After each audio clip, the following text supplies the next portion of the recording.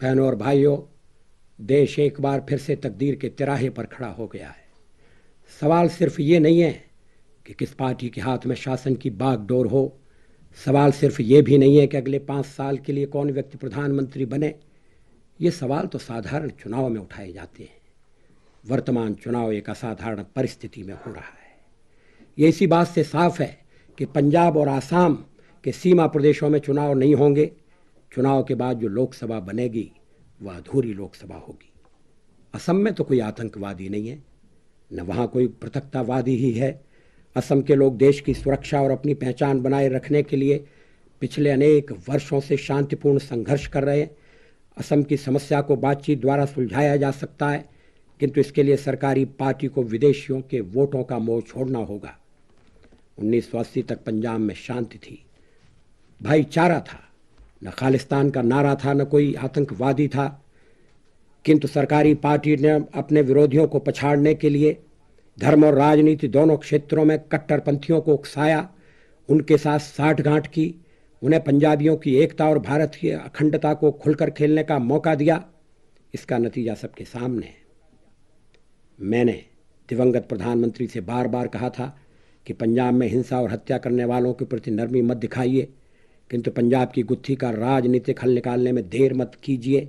मेरी सलाह को नहीं माना गया। मामले को जानबूझकर लटकाया गया। उपद्रवकारियों को लंबी ढील दी गई। पुलिस और प्रशासन का एक भाग खुला पक्षपात करने लगा। ईमानदार अफसर हतोत्साहित हो गए। मई मास के अंत तक भिंडरावाले से इस इरादे से संपर्क बनाए रखा गया कि अकाली दल की पीठ के पीछे कोई समझौता कर लिया जाए। आखिर में पंजाब को फौज के हवाले करने और स्वर्ण मंदिर में सेना भेजने का फैसला करना पड़ा। इस दुर्भाग्यपूर्ण स्थिति को टाला जा सकता था। यह आरोप सर्वथा निराधार है कि विरोधी दलों ने पंजाब समस्या को हल करने में सरकार को सहयोग नहीं दिया। स्वयं गृह मंत्री ने हमारी भूमिका की सराहना की थी। विरोधी दलों ने, जिनमें भारतीय जनता पार्टी प्रमुख थी, अकालियों से साफ साफ कह दिया था कि आनंदपुर साहब प्रस्ताव को स्वीकार नहीं किया जा सकता। पंजाब संबंधी त्रिपक्षीय वार्ता में 3 बार ऐसे अवसर आए जब समझौता होते होते रह गया, किंतु सरकारी पार्टी ने मामले को लटकाए रखने में ज़्यादा फायदा देखा।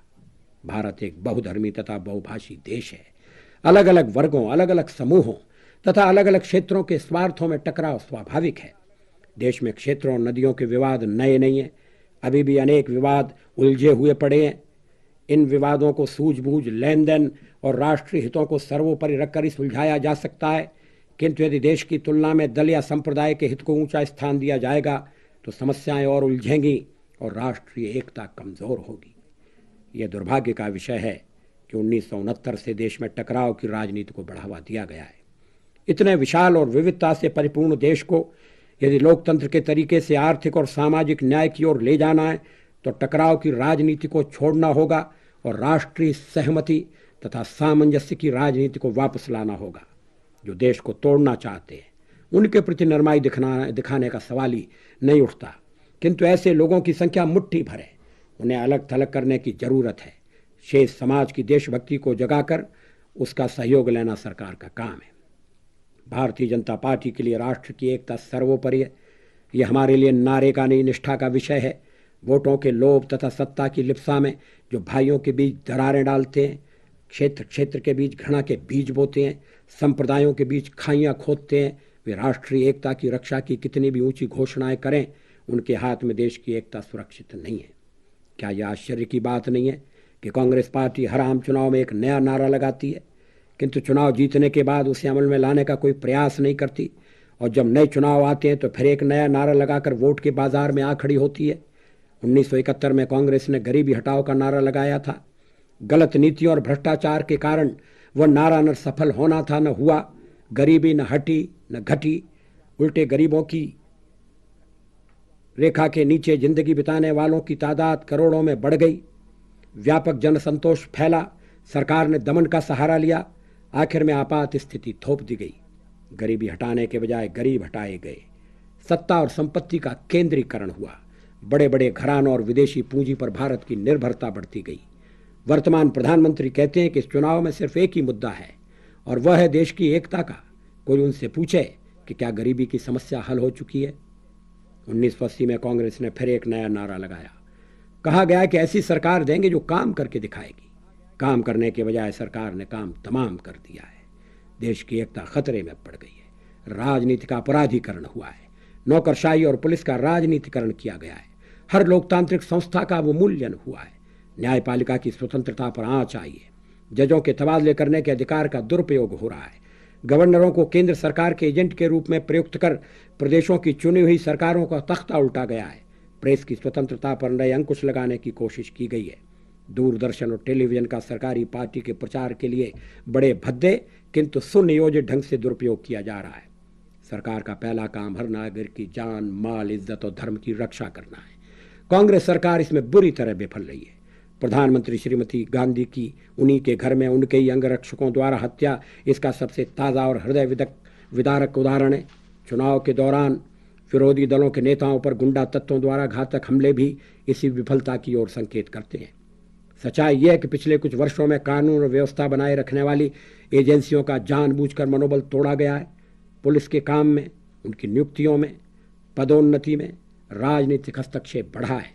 प्रदेशों में सांप्रदायिक या जातिगत उपद्रव होने पर पुलिस पर या तो मूक दर्शक होने के आरोप लगाए जाते हैं या पक्षपात तथा भेदभाव की शिकायतें होती हैं।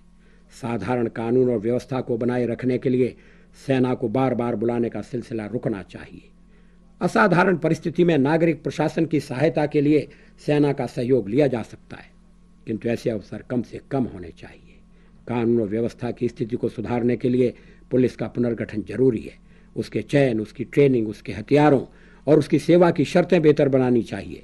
इस बारे में हम धर्मवीर कमीशन की सिफारिशों पर उचित कार्रवाई करेंगे। पिछले 5 वर्षों में सांप्रदायिक उपद्रव में वृद्धि हुई है। औरतों, हरिजनों, आदिवासियों पर जातियां बढ़ी हैं। देश में ऐसे स्थान ज़्यादा नहीं है जहां सांप्रदायिक उपद्रव बार बार होते हैं। यदि उन्हें छांट कर धार्मिक उत्सवों तथा उससे संबंधित जुलूसों के अवसर पर रोकथाम के कड़े उपाय अपनाए जाएं, गुंडों को हिरासत में ले लिया जाए और सभी वर्गों के शांतिप्रिय नागरिकों का सक्रिय सहयोग प्राप्त करने में स्थानीय प्रशासन पहल करे तो उपद्रवों को रोका जा सकता है। उपद्रवों के मूल में आर्थिक और सामाजिक कारण भी जुड़े रहते हैं। उनका गहराई से अध्ययन किया जाना चाहिए। जनवरी 1980 में दिवंगत प्रधानमंत्री ने सत्ता संभालने के बाद यह आश्वासन दिया था कि महंगाई कम की जाएगी। उस समय उपभोक्ता मूल्य सूचकांक कंज्यूमर प्राइस इंडेक्स 371 था। इस समय वह 592 पार कर गया है। पिछले 5 वर्षों में सरकार को महंगाई भत्ते की 26 किस्तें देनी पड़ी हैं। केंद्रीय कर्मचारियों की 4 महंगाई भत्ते की किस्तों का 23 महीने का बकाया भुगतान बाकी है। अगस्त नवंबर 1984 से 2 और किस्तें देय हो गई हैं। वैसे सभी कर्मचारी तथा मजदूर कम से कम 1 महीने का बोनस पाने के अधिकारी हैं, किंतु केंद्रीय दफ्तरों के कर्मचारियों तथा डाक, तार और ऑर्डिनेंस फैक्ट्रियों के कर्मचारियों को 1 महीने से कम का बोनस देकर टरका दिया गया है। मजदूरों में आज भारी असंतोष है। हड़ताल की तुलना में तालाबंदी से काम के घंटों का ज़्यादा नुकसान हुआ है। कारखाने बंद होने से लाखों मजदूरों के परिवार भूखों मर रहे हैं। देखना है नया साल उनके लिए आशा का नया संदेशा लेकर आता है या निराशा के अंधेरे को और भी गहरा बनाता है। महंगाई के असाधारण वृद्धि के अनेक कारण हैं।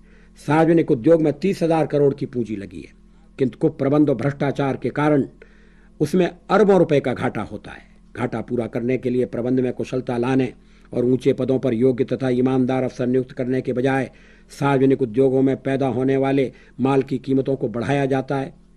अर्थव्यवस्था के खोखले होने का एक बड़ा कारण भ्रष्टाचार है। पिछले कुछ वर्षों में भ्रष्टाचार ने संस्थागत रूप ले लिया है। हर ठेके में, हर लाइसेंस में, हर विदेशी समझौते में कमीशन और कटौती आम बात हो गई है। आप चर्बी कांड को भूले नहीं होंगे। हाल में चाय कांड हुआ है। जिस चाय की कीमत 1980 में 16 रुपये थी, वह आज 35 रुपये किलो बिक रही है। इसमें से कितनी राशि कितनी जेबों में गई, यह तो निष्पक्ष जांच से ही पता लग सकता है। सार्वजनिक जीवन और प्रशासन में जो भयंकर भ्रष्टाचार व्याप्त है, उसके अंतर्गत आर्थिक अपराधों को खुली छूट दे दी गई है। देश में काले धन की समानांतर अर्थव्यवस्था चल रही है। एक केंद्रीय मंत्री के अनुसार देश में 56,000 करोड़ का काला धन प्रचलित है। जितनी विदेशी मुद्रा हम निर्यात में कमाते हैं, उतनी ही तस्करी या स्मगलिंग में गंवा देते हैं। चुनाव की पद्धति में बुनियादी परिवर्तन करके काले धन के बल पर चुनाव लड़ने की वर्तमान प्रणाली को बदला जा सकता है, किंतु कांग्रेस पार्टी का वर्तमान भ्रष्ट और खर्चीली व्यवस्था में निस्वार्थ है। यदि भ्रष्टाचार को रोकना है तो उसकी जड़ पर ही कुठाराघात करना होगा। गंगोत्री को शुद्ध किए बिना गंगा को पवित्र नहीं रखा जा सकता। मुद्रास्फीति का अन्य कारण अनुत्पादिक व्यय में अनाप शनाप वृद्धि है। दिल्ली में अंतर्राष्ट्रीय सम्मेलनों तथा एशियाई खेलों पर जनता की गाड़ी कमाई का पैसा पानी की तरह बहाया गया। भारत जैसे गरीब देश में जहां शुद्ध पेयजल के अभाव और प्राथमिक इलाज की कमी से हजारों लोग पेचिश और पीलिया से मर जाते हैं, दुनिया में वाहवाही लूटने के लिए इस प्रकार अरबों रुपया स्वाहा करना एक अपराध ही माना जाएगा। कोई ताज्जुब नहीं है कि भारत विदेशी कर्जे के बोझ से दबा जा रहा है।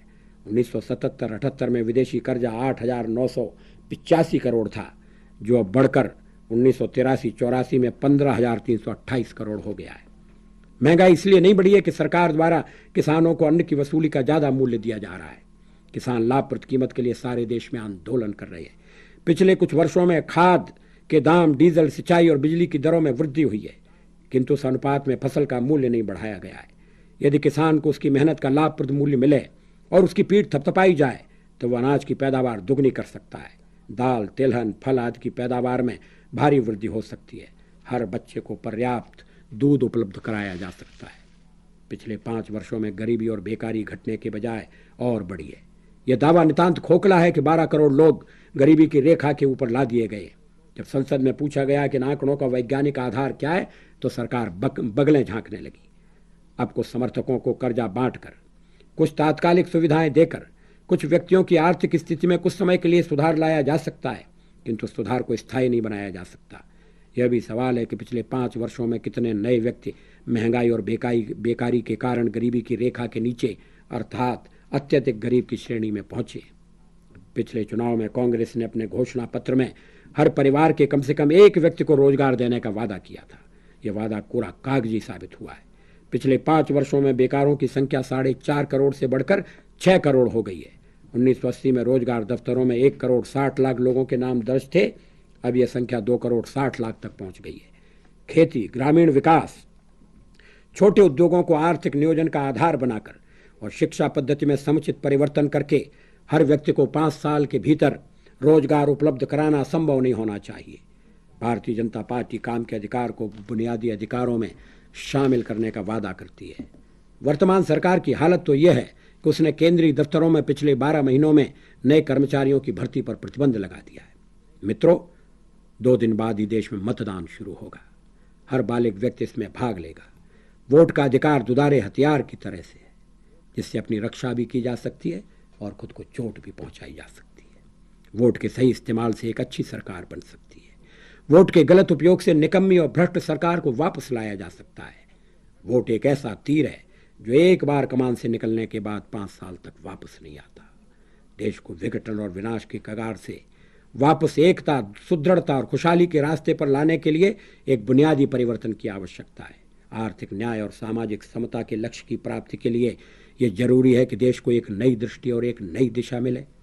भारतीय जनता पार्टी राष्ट्र की रक्षा और उसके चौमुखी विकास में आपको अपने वोट द्वारा सहयोग देने के लिए आमंत्रित करती है। आइए हम सब मिलकर एक नए उत्साह से भारत के हर नागरिक के लिए सुरक्षित और सुखद भविष्य के निर्माण में जुट जाएं। दल बदल और सिद्धांतहीन राजनीति के दलदल में भारतीय जनता पार्टी का कमल साफ सुथरी राजनीति का प्रतीक है। कमल पर मोहर लगाकर हमें सेवा का अवसर दीजिए। भारत माता की जय।